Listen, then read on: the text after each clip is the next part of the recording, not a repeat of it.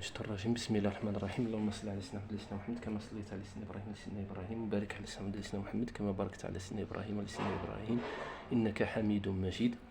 Les amis, salam alaikum wa rahmatullahi wa barakatuh.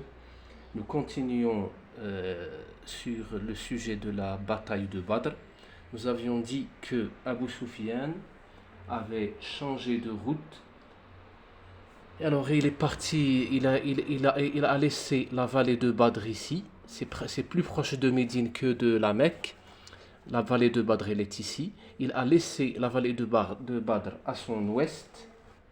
Et il est allé vers l'est, vers la côte de la mer Rouge. Alors il a envoyé un messager vers l'armée de Quraysh pour leur dire qu'il n'y avait plus de danger pour la caravane. Vous pouvez retourner à la Mecque. Mais Abu Jahl a insisté pour se battre contre les musulmans. Il voyait là une belle occasion pour venir à bout des musulmans, puisque le prophète sallallahu alayhi wa sallam est à leur tête. Alors il y a d'autres chefs de Quraysh comme Utba ibn Rabi'a qui voulaient revenir à la Mecque. Voyant qu'il n'avait pas le contrôle de la parole, qu'il y avait bien sûr opposition à son point de vue, ce que Abu Jahl a fait, il a incité le frère de comment on l'appelle, de Al-Ala ibn al-Hadrami, le frère de Amr ibn al-Hadrami. Il l'a incité parce que son frère a été tué, comme on l'a dit, dans une expédition une expédition précédente. Alors Abu Jahl l'a incité pour qu'il ravive les revendications de vengeance. Ainsi, l'armée de Quraysh va continuer sa route vers la vallée de Badr.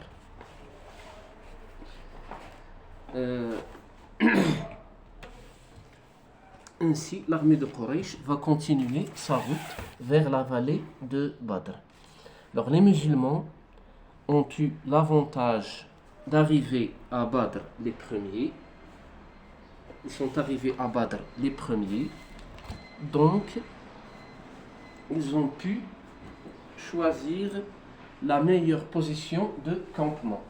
Alors, nous allons voir une carte de la vallée de Badr, comment elle était, et on va essayer de comprendre comment les musulmans se sont campés. Alors voilà, c'est là la vallée de Badr, une sorte de carte simplifiée de la vallée de Badr. Elle est ici, là, voilà. Alors, on va essayer d'expliquer ce qui s'est passé. Alors sur la vallée de Badr, alors le camp de Quraysh il était ici, le camp des musulmans il était là. Alors qu'est-ce que les musulmans ont fait? Ils ont pris une position qui leur a permis de contrôler les puits, tous les puits de la vallée de Badr, les puits d'eau. C'est-à-dire que les musulmans auront l'avantage d'avoir d'avoir de l'eau, tandis que l'armée de Quraysh n'en aura pas. C'est un avantage, bien sûr, que les militaires connaissent très bien. Ensuite, la nuit d'avant l'affrontement, il a plu, la pluie est tombée, il a plu. Ce qui a durci la terre, c'est-à-dire sur ce lieu-là où campaient les musulmans, leur lieu-là, la terre est devenue dure. Elle a durci la terre sur laquelle se tenait l'armée musulmane. Et par contre, le lieu où campaient les Qurayshis, la terre est devenue boueuse. C'est-à-dire que les mouvements des idolâtres seront plus difficiles. Maintenant, comment va se dérouler la bataille? Le champ de bataille, c'est ici. C'est là où s'est déroulée la bataille. Mais comment s'est déroulée la bataille? Avant la bataille générale, 3 idolâtres, Utba ibn Rabi'a, son frère et son fils, le frère de Utba s'appelait Shayba ibn Rabi'a, et son fils, Walid ibn Utba, se sont avancés et ont demandé aux musulmans de leur présenter 3 d'entre eux pour les affronter en duel. C'est un triduel.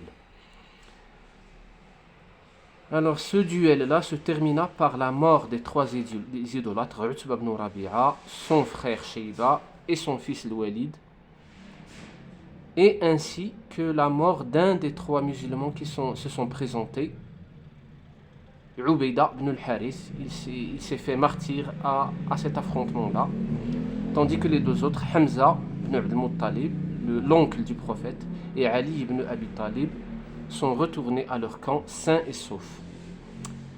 C'était une fin catastrophique pour Quraysh. La fin de ce triduel était catastrophique pour Quraysh, et cette fin a provoqué la colère des Qurayshis, ce qui les a incités à lancer une attaque générale. Toute l'armée de Quraysh va s'attaquer aux musulmans. Ils vont essayer de venir de là vers les musulmans à leur camp. Mais les musulmans, qu'est-ce qu'ils ont fait? Ils avaient organisé leur défense. Ils étaient alignés en rangée. Et la première ligne masquait les archers qui étaient juste derrière.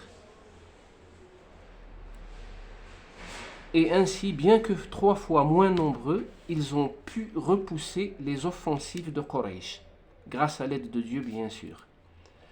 Alors, cette tactique-là va provoquer une chose, c'est que l'enthousiasme des idolâtres s'est estompé, tandis que celui des musulmans gagnait en ampleur. L'enthousiasme des musulmans, il gagnait en ampleur. Et quand ils ont reçu l'ordre d'attaquer, ils ont pu plier la bataille à leur avantage facilement et rapidement. Les martyrs des musulmans à cette bataille étaient de 14, 8 des Ansar et 6 des Muhajirin, tandis que les pertes de Quraysh étaient de 70 hommes tués. Nous citons notamment Abu Jahl et Umayyah ibn Khalaf. Bien sûr, il y en avait beaucoup d'autres des grands chefs des idolâtres, des Qurayshis, qui ont été tués pendant cette bataille-là de Badr. 70 autres ont été capturés, prisonniers de la bataille. Ils se sont fait prisonniers de la bataille. Le Coran, dans la sourate Al-Anfal, mentionne clairement l'aide de Dieu aux musulmans et que les anges ont participé à leur côté à cette bataille. C'était une grande victoire là que les musulmans ont eue. Et on parlera, Inch'Allah, la prochaine fois des résultats de la bataille de Badr.